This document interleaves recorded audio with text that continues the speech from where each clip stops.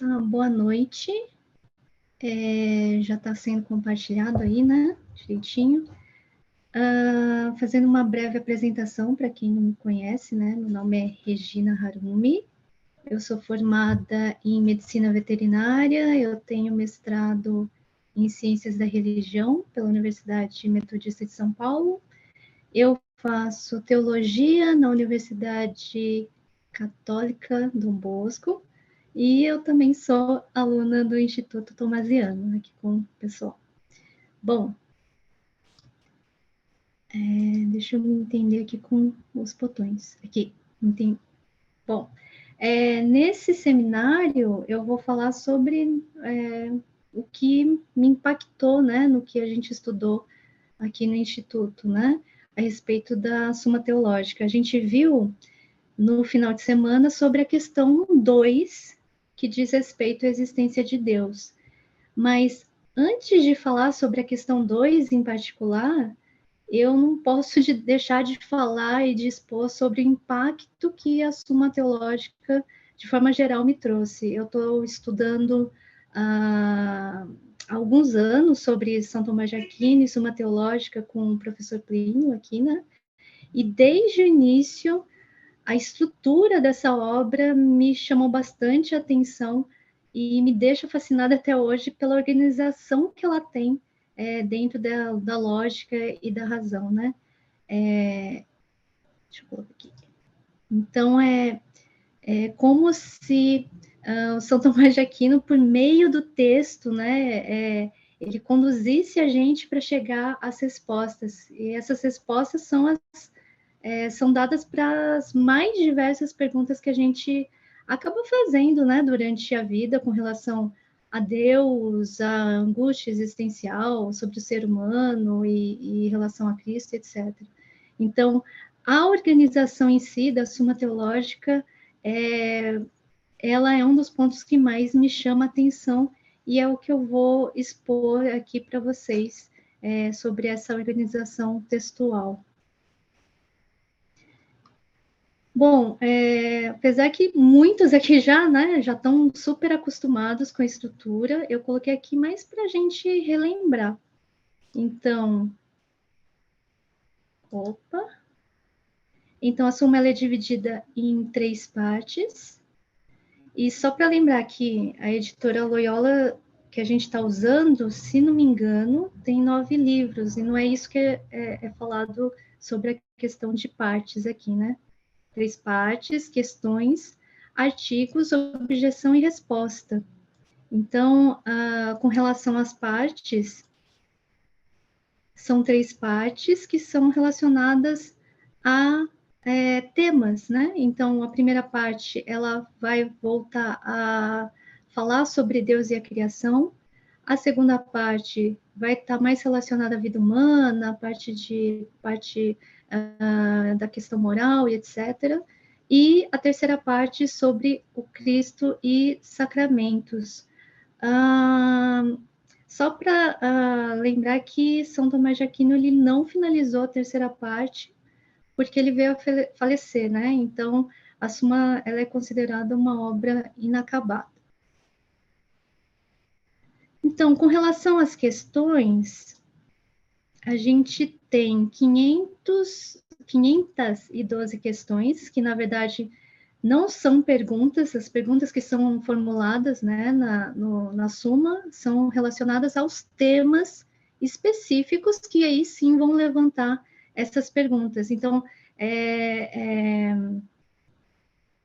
o que a gente viu, né, aqui a parte do texto que a gente viu na semana, que é sobre a questão 2, sobre a existência de Deus, né?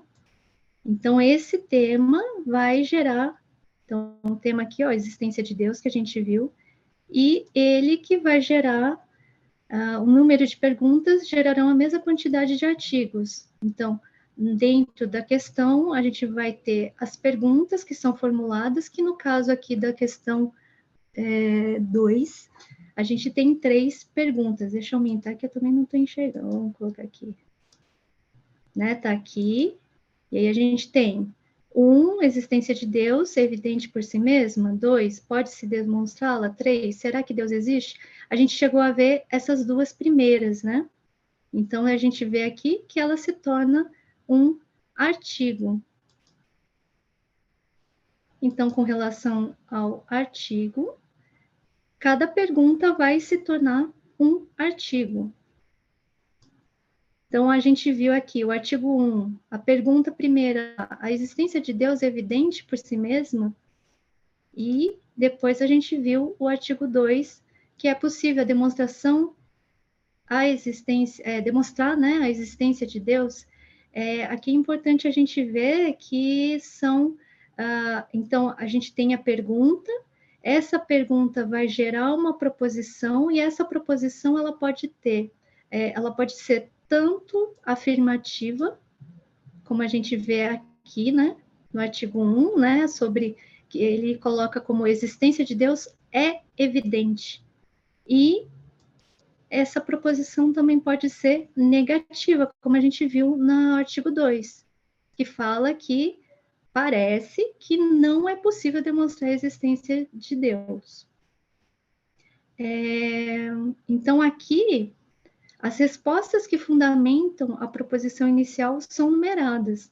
Então, a gente tem pergunta, a proposição principal, né, que pode ser afirmativa ou negativa, e aí, além disso, São Tomás coloca numerados as várias afirmações sustentando essa primeira aqui principal, né? Aqui só para fazer assim um adendo, né?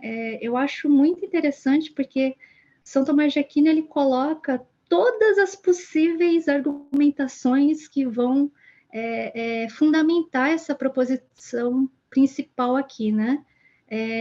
De primeiro momento a gente lê e a gente vê que essa afirmação, né? Ou essa negação, essa proposição, ela está tão bem embasada e com ótimos argumentos que a gente pode até achar que é uma posição de São Tomás, né?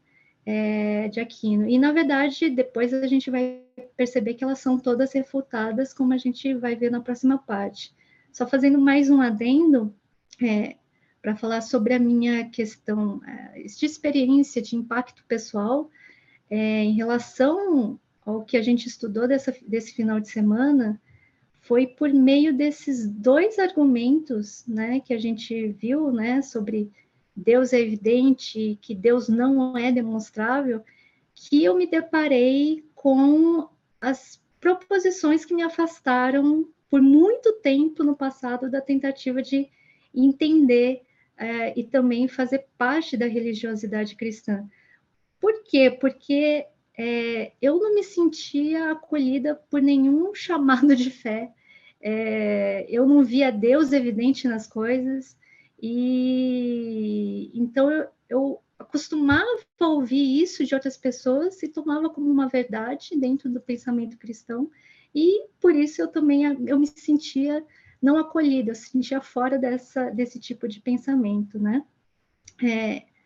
Então, essa estrutura que o São Tomás de Aquino faz de expor primeiro possíveis argumentos que parecem verdadeiros, mas que são frágeis quando a gente analisa de forma lógica e usando a razão, é algo que me trouxe outras perspectivas mesmo dentro do cristianismo, fez com que eu deixasse de subestimar a profundidade que existe nesses textos. Então, particularmente, eu vejo nos escritos da Suma, foi, na verdade, um divisor de águas na minha vida em relação à minha concepção de cristianismo da Igreja Católica e das bases que os escritos se fundamentam.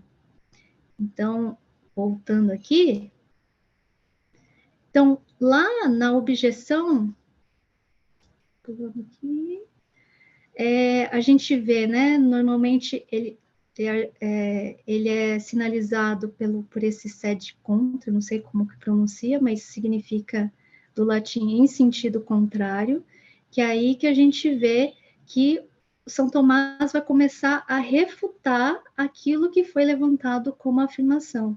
Ele utiliza de argumentos autoritativos, seja, sei lá, citações, referências, escrituras sagradas, filósofos. No caso aqui, ele faz citação do livro 4 da Metafísica, e nos primeiros analíticos, e também do Salmo 52, né? Então, ele usa esses argumentos para colocar para a gente um pensamento contrário àquele que foi exposto. E aí, na resposta, a gente vê finalmente a resposta final de São Tomás de Aquino, né, a proposição principal que foi levantada lá no artigo. Então, a gente vê aqui como respondo, né, que aí ele faz tudo baseado nas objeções que ele colocou, e também rebate, não satisfeito, né, ele rebate cada uma das proposições levantadas no artigo.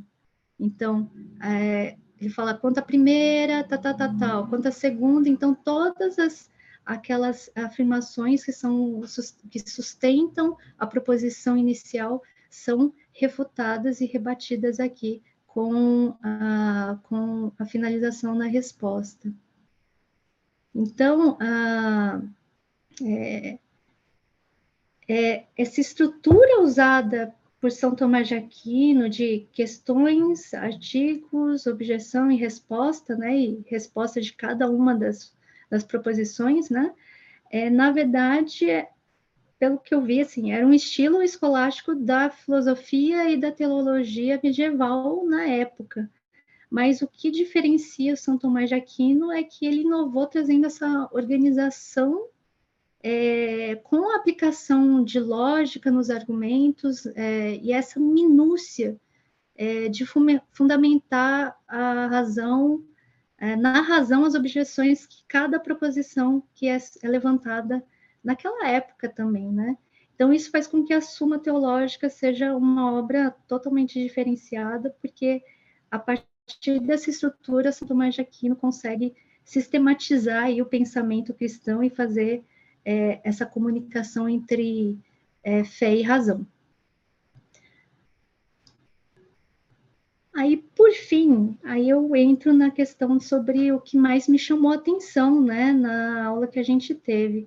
E os pontos mais importantes que eu coloquei aqui, primeiro foi quando a gente falou sobre angústia frente à morte, né? Quando a gente fala sobre angústia frente à morte, isso me fez recordar que foi a partir dessas alegações, como eu disse, né, de que Deus é evidente, que eu fui me afastando de tentar entender o cristianismo. E não só isso, eu passei a sustentar ainda mais que essas concepções errôneas que são apontadas como proposições corretas no dia a dia, né, no meio popular, fossem sustentadas a respeito do que o pensamento cristão era para mim, né? Então, essas noções completamente distorcidas, eu acredito que a gente abre margem para revolta, e na tentativa de preencher esse objetivo de superar a morte, a gente pode estipar qualquer pensamento de algo além, né? Algo transcendente, inefável. Eu digo isso porque eu percebi que, de certa forma, eu segui o caminho da medicina veterinária, tentando buscar aí uma solução à angústia existencial de lidar com a morte. E nessa busca houve aí um momento que eu posso considerar de soberba, de tentar ser Deus e tentar, por meio da ciência, atingir a superação da doença, da morte, dos animais que chegavam até mim. Então, é claro que isso só foi fonte geradora de mais angústia em mim, porque você cria um esforço e uma expectativa muito grande, né, de que você vai conseguir ser imbatível, salvador de todos, e é claro, óbvio que a morte vem dos animais que estavam vindo para mim, e você acaba gerando cada vez mais angústia, né? E se a gente não conduz isso de maneira adequada, a gente só vai piorando nesse sentido. Então, eu vejo que, nesse caso, eu fui ao extremo achando que a ciência, por si só, me traria solução a essa angústia, né? Então, quando a gente se depara com os escritos de São Tomás de Aquino na Suma Teológica e vê sua afirmação de que, como eu coloquei aqui, né, como segundo ponto mais importante, ver a razão humana, que a razão humana não se opõe à fé,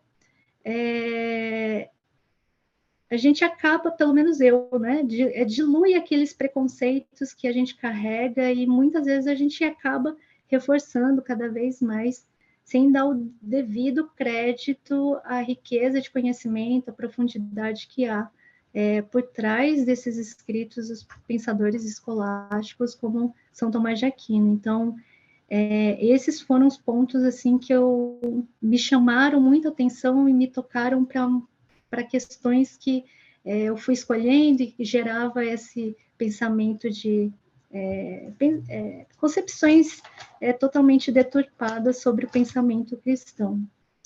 E é isso. Eu acho que eu fui até rápida, né? Obrigada. Deixa eu ver como que interrompe.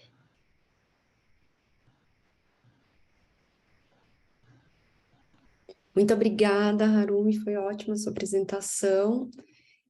Agora a gente tem a segunda apresentação do nosso seminário, que hoje quem vai apresentar é a Monja Thais. Monja Thais, se quiser já compartilhar o slide. Obrigada, Tati. Acho que está aparecendo aí, né? Tá, sim. Eu não tive tempo de montar uma apresentação, ainda não terminei de escrever o meu texto. Era para estar escrito Giovana mesmo? No slide? Não. Obrigada. Você pode ver, eu também não tive tempo nem de abrir o slide. Eu esqueci totalmente que eu teria que abrir.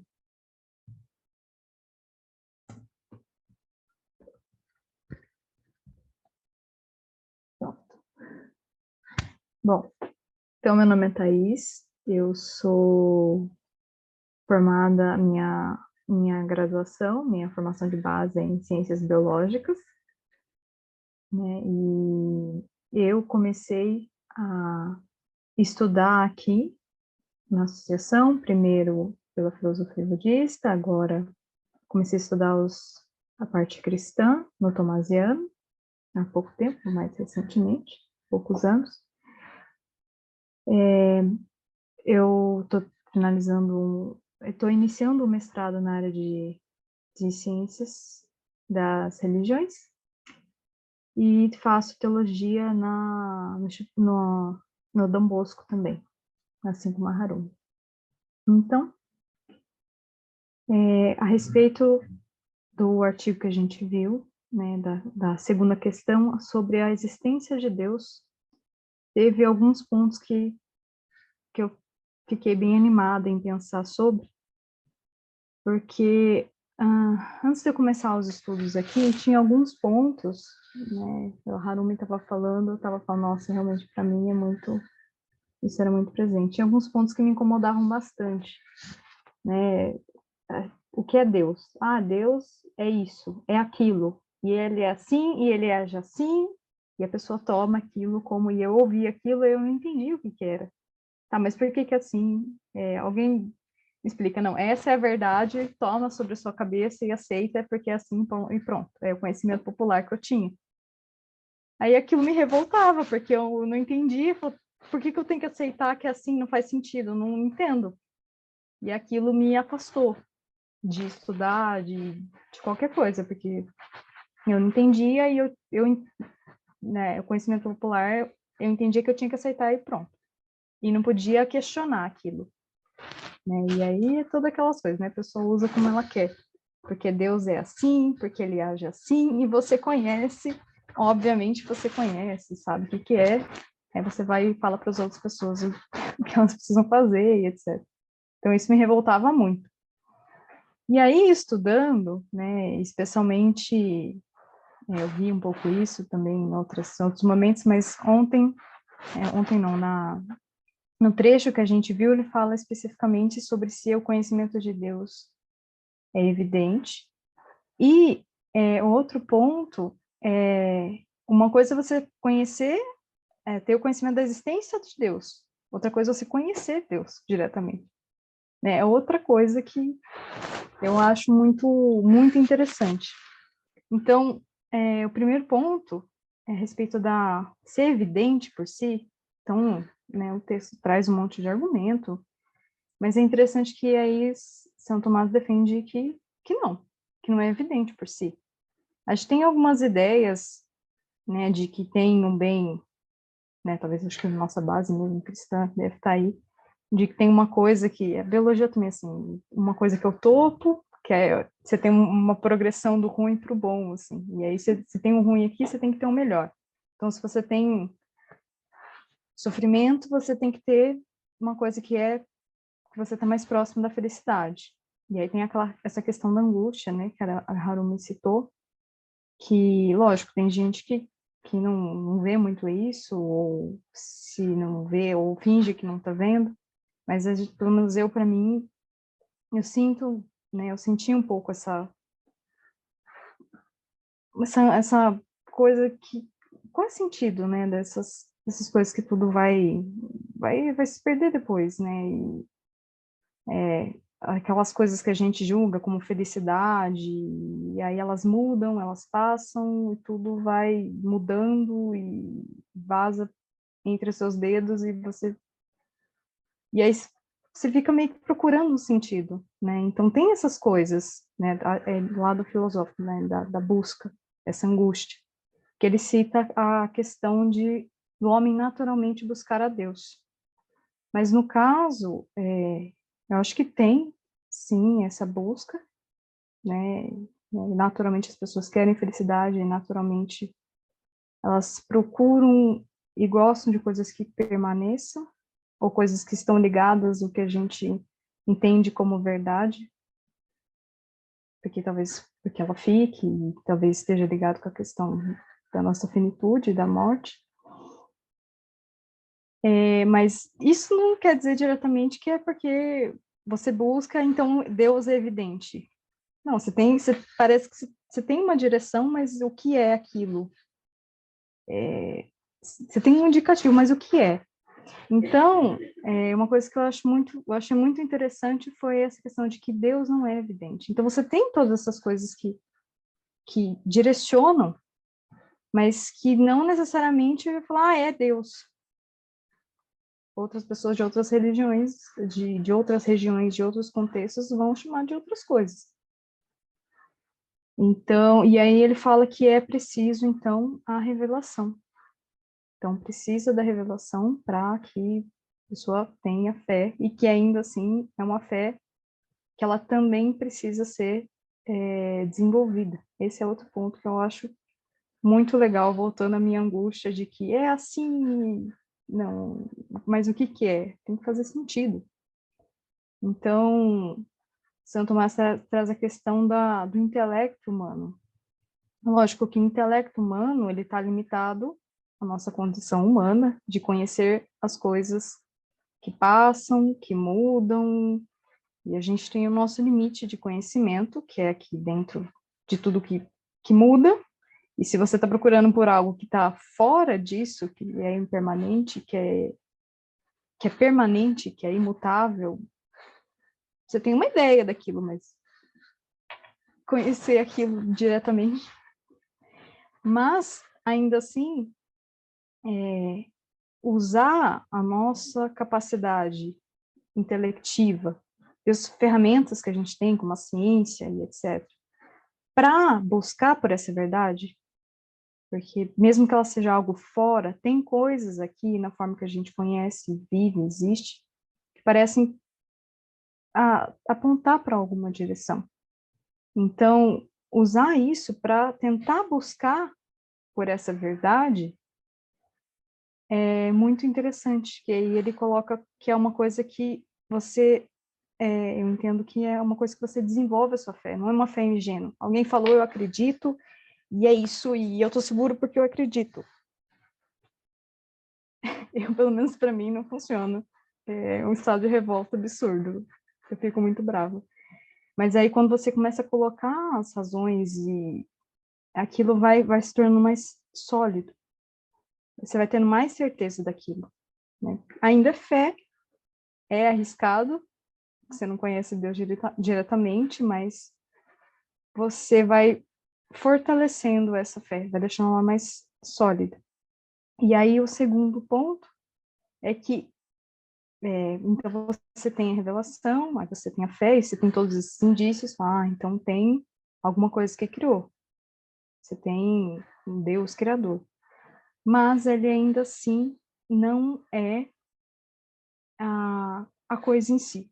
Eu tenho uma ideia e vou fundamentando a minha fé de que existe um Deus criador, mas ainda assim eu não o conheço diretamente, e nem poderia, pelo menos no estado que a gente se encontra agora. Mas só que isso é muito interessante, porque a gente, por perceber essa limitação e a nossa condição limitada como humano, limitada a nossa forma de conhecer, o nosso contexto histórico, social, de pessoa e etc., percebendo isso, percebendo essa limitação, a gente começa a tocar que a gente não vai ter isso e a gente não vai deter a verdade em nossas mãos. E falar, olha, eu sei o que Deus é, eu sei o que Ele quer. Não, a gente não sabe. E aí eu acho muito legal essa coisa da igreja, depois do segundo concílio Vaticano, se colocar como, não aquela que detém a verdade, mas aquela que busca pela verdade. E essa coisa dessa busca que é constante, ela não fica estagnada. Então, a gente vive um mundo que está em constante mudança. A forma de conhecer, de perceber, de conceber as coisas vai mudando também. Então, essa busca também precisa mudar e se adequando ao tempo dela. Tanto o nível da igreja está buscando isso, quanto o nosso nível como pessoas também. A gente também precisa ter a nossa busca pessoal de acordo com o ferramental que a gente tem. Né? Então, seja na área acadêmica, seja, enfim, eu sou da área acadêmica, então eu penso muito por esse lado, pela parte de biologia, principalmente, que é a forma que eu penso e entendo a minha realidade também. Tá condicionada a esse tipo de visão. Então, usar isso também para buscar por essa verdade, mesmo que eu não possa conhecer diretamente, mas tentar buscar por ela. E aí, um outro ponto que eu acho muito interessante é que a gente não pode conhecer diretamente, mas a gente tem uma ponte com Jesus Cristo, que é o lado humano, é o condicionado que está dentro do que a gente conhece e vive, da forma que a gente existe. E olhar para ele, não que a gente veja diretamente Deus, mas a gente pode ver o método, o caminho, né? Eu sou o caminho, a verdade, o caminho e a vida. Não que seja essas coisas, mas é um método, são indicativos indícios para onde ir, o que fazer para ir até lá, para chegar, ou como fazer, como investigar. Então, e aí olhar para isso e desenvolver essa busca pessoal, com ferramental e com contexto que a gente que a gente vive. Então, esses foram os pontos que mais me impactaram, né? Tem outros também, mas esses dois pontos, principalmente, de que não é evidente por si, que você precisa da revelação, mas ainda assim, você tem todo esse movimento do intelecto e da busca pela verdade da pessoa, e de que a gente tem que estocar que não tem como conhecer diretamente, que a gente não vai ser detentor da verdade, e é muita soberba a gente achar que é detentor e que não tem como. Então, a gente saber do nosso limite, da nossa condição como como ser humano, mas trabalhar com ela no limite da nossa capacidade e realmente fazer para buscar por isso. Então, esses foram os pontos que mais me impactaram. Eu acho que eu fiquei um pouquinho, uns 15 minutinhos, mas era isso que eu preparei. Excelente, Thaís, muito obrigada. Queria agradecer a todos pela participação e também, principalmente, ao professor Plínio, pelas aulas e pela organização do seminário. Então, até mais, até semana que vem. Tchau. Obrigada. Tchau, tchau.